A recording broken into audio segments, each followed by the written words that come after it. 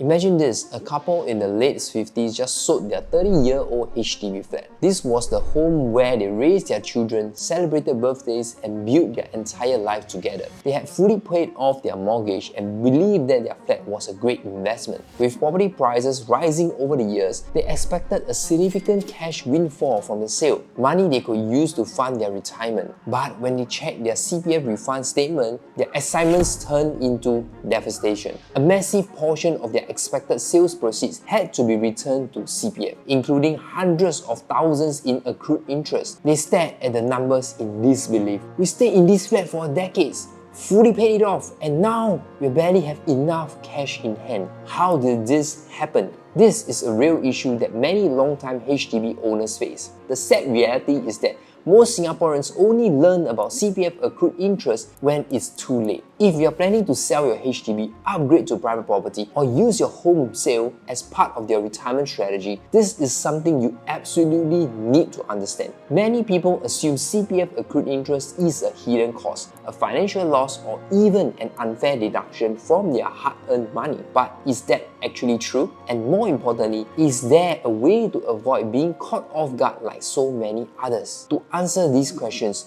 we need to break things down to get to the root of the issue. What exactly is CPF accrued interest and how does it work, and when does it become a real concern? A common misconception is that CPF accrued interest is a huge problem for all HDB sellers, including those selling their BTO after MOP. Many people assume that the moment they sell their flat, they will lose a significant portion of their proceeds to CPF refunds. But this is not entirely true. If you are selling a BTO within 10 to 15 years, CPF accrued interest is usually not a significant factor. This is because interest takes time to compound. If you sell your BTO soon after fulfilling the MOP, you likely won't see a massive accrued interest amount because the principal amount used and the interest accumulation period have both been relatively short. The real concern comes for those who have stayed in their flats for 20 to 30 years. Homeowners who have relied heavily on CPF to finance their property, especially those who have used CPF for most or all of their mortgage payments, will see the largest impact. Those who have received large CPF housing grants also need to be aware that these grants are not exempted from CPF accrued interest. They accumulate interest just like any other CPF funds used for housings. This is where CPF accrued interest can significantly affect your cash proceeds when you sell your home. To understand how this actually impacts homeowners, let's look at real-life cases of people who were affected by CPF accrued interest. Take the case of a couple who purchased their HDB flat in the 1990s, relying heavily on CPF for their down payment and monthly mortgage repayments. They assumed that once their flat was fully paid off, they would have a huge amount of cash left when they finally decided to sell. But what they didn't account for was the way CPF accrued interest had built up over time. For over 30 years, the CPF savings they withdrew for their mortgage had been accruing interest at a rate of 2.5% per year. By the time they sold their flat, their CPF accrued interest had ballooned to over 200 over thousands. Almost all of their sales proceeds had to be returned to CPF,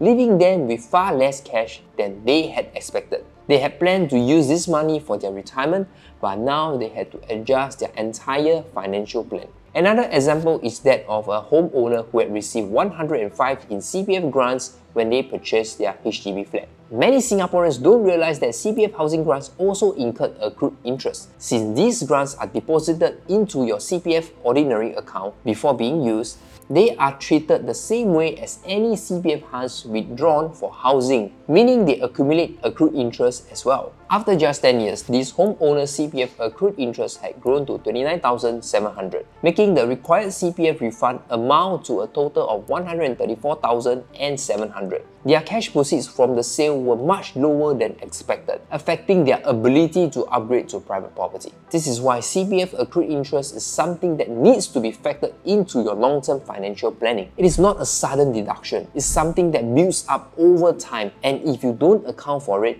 it can come as a a huge shock when you sell your home. But how does CPF accrued interest actually work? Many people assume it is a form of penalty or a deduction imposed by the government, but that is not true. CPF accrued interest is not a fee. It is an accounting mechanism to ensure that your CPF savings continue growing even if you use them for housing. When you withdraw money from your CPF OA to pay for your home, that money stops earning the guaranteed 2.5 interest that CPF would have given you if it had remained in your account. The accrued interest represents what your CPF savings would have earned if these funds had never been withdrawn. To keep your retirement savings on track, CPF requires you to return both the principal amount you've used and the interest it would have earned over time when you sell your property. This ensures that your CPF savings grow as if the money had never been taken out. Many people are also surprised to learn that CPF housing grants incurred accrued interest. The government provides grants to make housing more affordable, but these grants are deposited into your CPF account before being used for payment. That means they are also subject to the same accrued interest rules as regular CPF funds used for housing. If you use a 30,000 CPF housing grant after 10 years at 2.5% interest, the refund required would be 38,482. If you took 105,000 in grant after 10 years, accrued interest would be 29,700, making the total CPF refund required to 134,700. This means that when you sell your flat, you not only return the CPF funds you use, but also the grant money plus its accrued interest. If CPF accrued interest is just an accounting mechanism, when does it become a real financial burden? The biggest problem occurs when you stay in your flat for too long. The longer you hold onto your home, the more time there is for CPF accrued interest to compound, which means that a larger portion of your sales proceeds will go back to CPF. Many retirees expect to cash out from their HDB sale to fund their retirement, only to realize that most of their money is locked in CPF. This is why timing your sale is crucial. If you wait too long, CPF accrued interest can consume a huge portion of your sales proceeds. But the good news is that there are ways to avoid this issue. One of the best ways to minimize CPF accrued interest is to use less CPF for your home in the first place. The less CPF you use, the less accrued interest it will accumulate. If possible, consider using more cash for your down payments instead of maxing out your CPF. This way, your CPF savings continue growing at 2.5% per year instead of accumulating interest that you will need to pay back later. Another effective strategy is to make voluntary CPF refunds before selling your flat. Many homeowners don't realize that they can proactively return CPF money used for their house before selling in order to reduce the accrued interest build up. If you refund 50,000 to CPF before selling, you reduce the amount of accrued interest accumulating over time, which means you get more cash proceeds when you eventually sell. For most homeowners, selling between 10 to 15 years after purchasing their flat strikes a balance between property appreciation and manageable CPF refunds. Most importantly, remember that CPF is still your money for your retirement. Many people panic when they see a large CPF refund required after selling their flat, but the money isn't lost.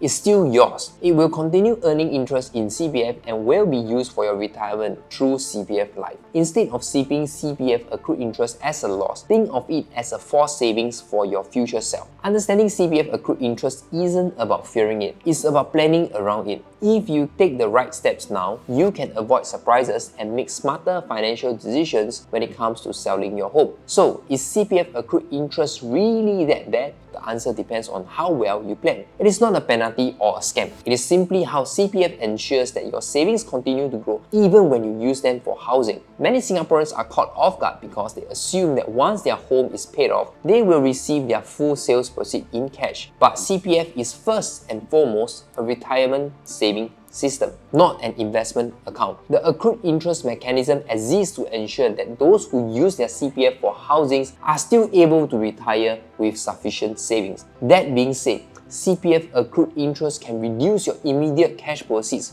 from a property sale. This is where people often feel frustrated because they see less cash in hand than they expected. But the key point to remember is that this money is still yours. It is just returned to your CPF account for your future use. For some, this is actually a good thing. If you had not been required to refund your CPF, you might have spent all your home sales proceeds, leaving little to no retirement savings. But because CPF ensures that the amount is returned, it continues earning the interest and contributes to your long-term financial financial security. If you are someone who prefers liquidity and flexibility in how you use your money, then this is something you need to plan for in advance. Understanding when to sell, how much CPF to use, and whether to make voluntary refunds can help you manage CPF accrued interest in a way that aligns with your financial goals. So, what should you do next? The first step is to check your CPF usage. If you are currently paying your mortgage entirely using CPF, it might be worth reviewing how much you actually need to rely on CPF refunds. If you can afford to make partial payments in cash, you could significantly reduce the amount of accrued interest that will accumulate over time. Next, if you are thinking about selling your flat, take the time to calculate your expected CPF refund amount. CPF provides an online portal where you can check out your total CPF usage for housing, including accrued interest. This will give you a realistic estimate of how much money you will need to be refunded when you sell your flat. If you plan to sell in the future but you want to reduce the impact of CPF accrued interest, consider making voluntary refunds ahead of time. Returning money to CPF before selling lowers the amount of CPF accrued interest and helps you retain more cash proceeds later. This is particularly useful strategy for those who have significant CPF grant amounts, as grant-related accrued interest can also be managed this way. And finally, timing is everything. If you are a homeowner planning to upgrade or cash out for retirement, selling at the right time can make a big difference. If you sell too late after decades of CPF deductions, your accrued interest may take a substantial chunk out of your cash proceeds. On the other hand, if you sell within the 10 to 15 year mark, you balance property appreciation with manageable CPF refunds, keeping more flexibility in your financial planning. The key takeaway here is that CPF accrued interest is not something to fear. It is something to plan around. By understanding how CPF refunds work and making small adjustments to how you manage your CPF usage, you can optimize your home sales strategy and avoid unnecessary financial shocks. If you found this breakdown helpful, make sure to subscribe to the channel for more property insights.